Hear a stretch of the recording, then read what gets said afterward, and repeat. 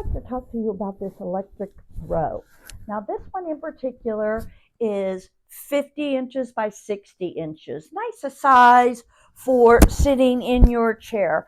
One of the reasons I purchased it was for camping. So I had something, I did not want a full size blanket type, electric type blanket.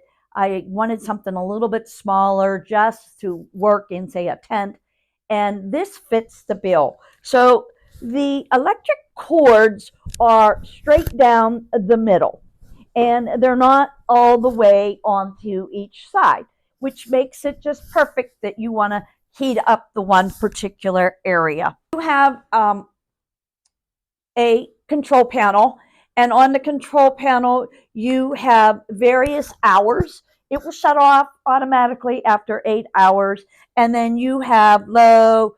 It's a 10 count, and it goes all the way up to 10 is as high as it will go, and it keeps me warm. I have recently started using it in my home, and because during the winter my apartment is old and drafty, and it has kept me warm and cozy and has done the job that I purchased it for. So, and I'm real happy with my flannel throw blanket. Now, they do come in different sizes as well as different patterns.